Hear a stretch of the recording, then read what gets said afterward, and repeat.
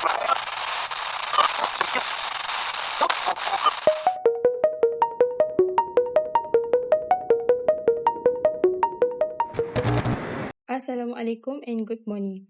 Today, we will be presenting an ethical analysis based on Case 3, Abort, Retry, Ignore, using the 4-step ethical decision-making process. This case involved a technical support staff member who, while recovering data for an employee, discovered a highly confidential personal information that may not have been authorized. The purpose of this analysis is to clearly understand the situation. First, step 1, understanding the situation.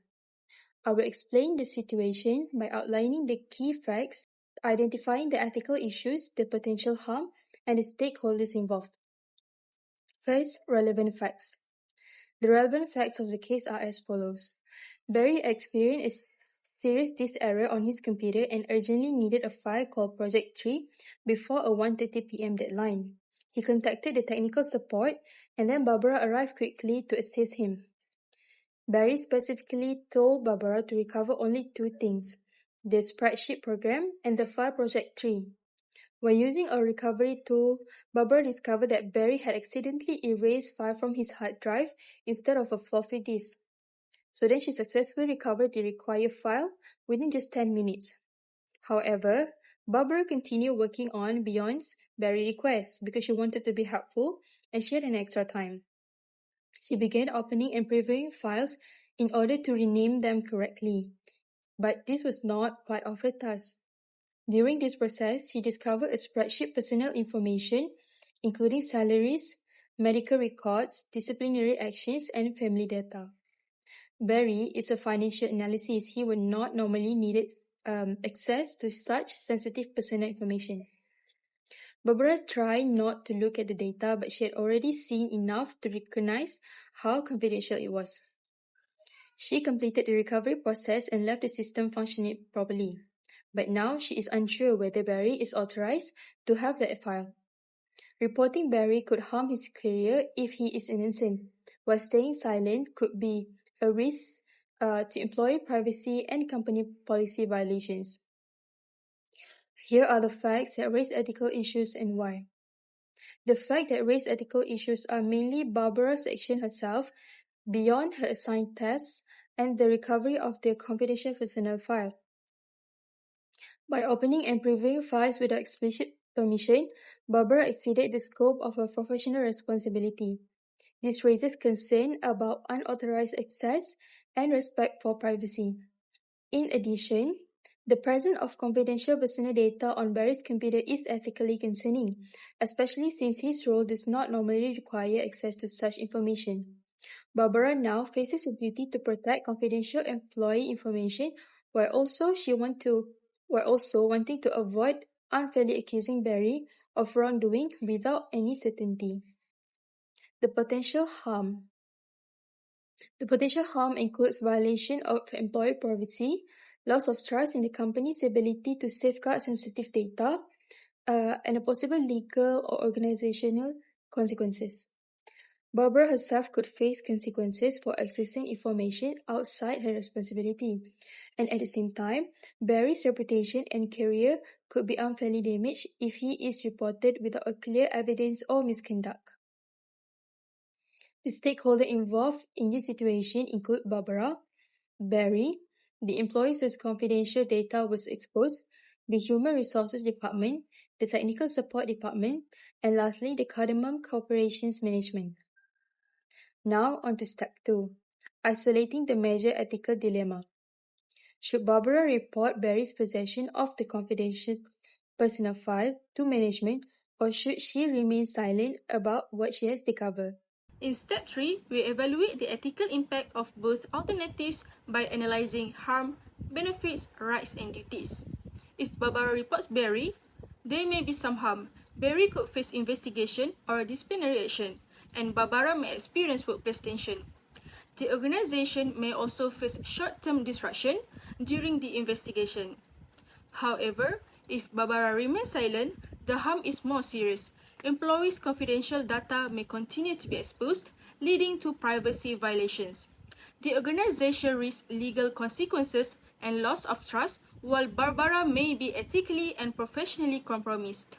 When comparing both options, reporting Barry results is less overall harm because it prevents ongoing risk and allows early intervention.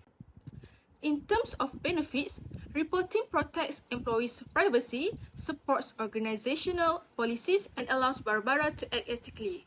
Remaining silent only provides temporary benefit to a few individuals. Therefore, reporting Barry is the more ethical choice as it maximizes benefits while minimizing harm and respects fairness and due process.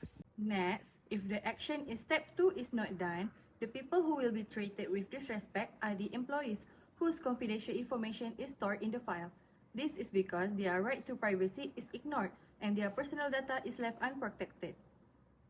Next, when comparing alternative H and alternative I, alternative H is more preferable because reporting the issue respects everyone's rights and allows the problem to be handled fairly and properly. Now, if the action in step 2 is done, the person who may be treated differently is buried.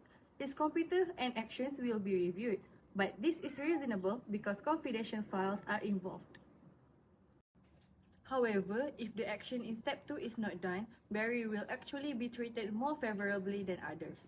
He avoids investigations, while employees whose data is exposed receive no protection. This creates unfair treatment. So, when comparing alternative K and alternative L, alternative K is preferable because any different treatment is justified and focused on protecting employee privacy. There are also clear benefits if everyone follows step 2. It helps protect confidential information, encourages ethical behavior, and improves trust within the organization. On the other hand, if nobody follows step 2, there may be short-term benefits like avoiding conflict, but it increases the risk of privacy violations and bigger problems in the future. Therefore, between alternative N and alternative O, alternative N is the better choice because it protects more people and supports ethical and responsible behavior. So next, I will be explaining part 4, deciding and planning the implementation, which consists of part A, the ethical decision, and the part B, the implementation step. For the part A, defensible ethical decision, based on the ethical analysis conducted in step 3, the most defensible ethical decision is that Barbara should report the discovery of the confidential personal file to the appropriate authority, such as her supervisor or the Human Resource Department. Basically, Barbara should not remain silent or ignore the issue, even if the discovery was unintentional. Remaining silent could allow a serious confidentiality breach to continue without being addressed. The purpose of this decision is to protect employee privacy and to maintain the integrity and trustworthiness of the organization. Next, we move on to ethical justification of the decision. Basically, this decision is supported by 3 key ethical frameworks. First and foremost, consequentialism. From a consequentialist perspective, reporting the issue helps to prevent further exposure of sensitive data and minimize potential long-term harm. While reporting may cause short-term discomfort for both Barbara and Barry, the long-term benefits, such as protecting employees' personal information and avoiding legal or reputational damage, clearly outweigh this temporary negative effect. Secondly, rights and duty. Rights and duty basically will help employees to have a fundamental right to privacy regarding their personal and personal information. Correspondingly, the organization and its staff have a duty to safeguard this data as a technical support staff member. Barbara has a professional responsibility to report any potential violation of confidentiality or data protection policies. Importantly, reporting this issue does not automatically assume Barry's group, but instead allows a fair and proper investigation to take place. Third, Kant's categorical imperative. According to Kantian ethics, remaining silent would mean treating affected employees merely as a means to avoid conflict or inconvenience. In contrast, reporting the issue demonstrates respect, fairness, and ethical consistency by recognizing all individuals as rational agents who deserve protection and ethical treatment. Therefore, based on this ethical perspective, reporting the discovery is the most ethically justifiable decision. Next, we move on to part B, implementation step. To implement this all ethical decision effectively, there are 6 key steps as illustrated in the flowchart. Firstly, we need to report through proper channels. Barbara should inform her supervisor or the Human Resource Department and clearly explain the situation without making assumptions about Barry's intent. Second, we need to limit further access to confidential data. She should avoid opening or reviewing any additional confidential files and clarify that the discovery was incidental to her technical recovery task. Third, document the incident objectively. This includes recording how the file was discovered, the type of data observed, and the actions taken during the recovery process. Fourth, initiate an internal review. Basically, the HR department or management should investigate whether Barry was authorized to process the personal file and determine how the confidential data ended up on his computer.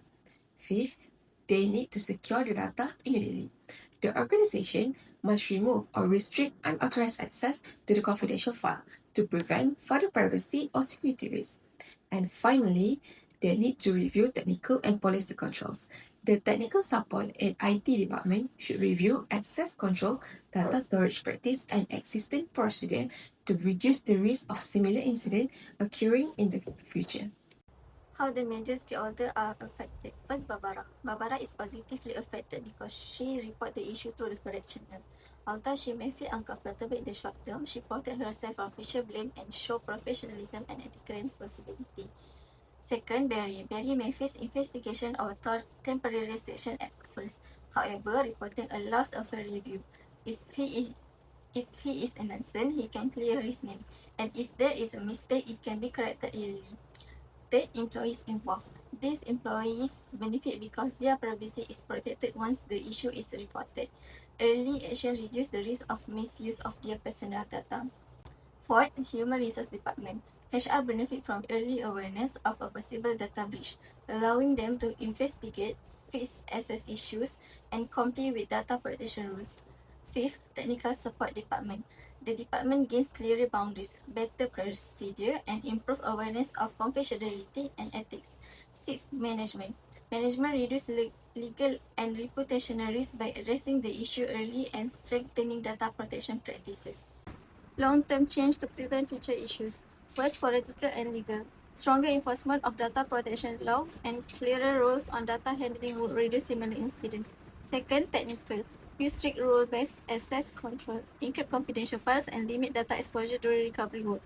Third, organizational. Set clear policies for technical tasks, provide regular ethics and privacy training, and strengthen incident reporting. Fourth, cultural and professional. Promote a workplace culture that values ethics, accountability, and respect for privacy. What should have been done earlier? First, follow task scope. Barbara should have recovered only the requested files and stopped once the task was completed. Second, proper file storage. Barry should not have stored confidential HR files on his personal work computer. Third, stronger access control. Better access control will have prevented exposure to confidential files. Fourth, clear communication. The scope and limits of recovery work should have been clearly agreed upon before starting. Fifth, clear data labeling. Confidential files should be clearly labeled and protected to prevent accidental access. One is the loneliest number that you'll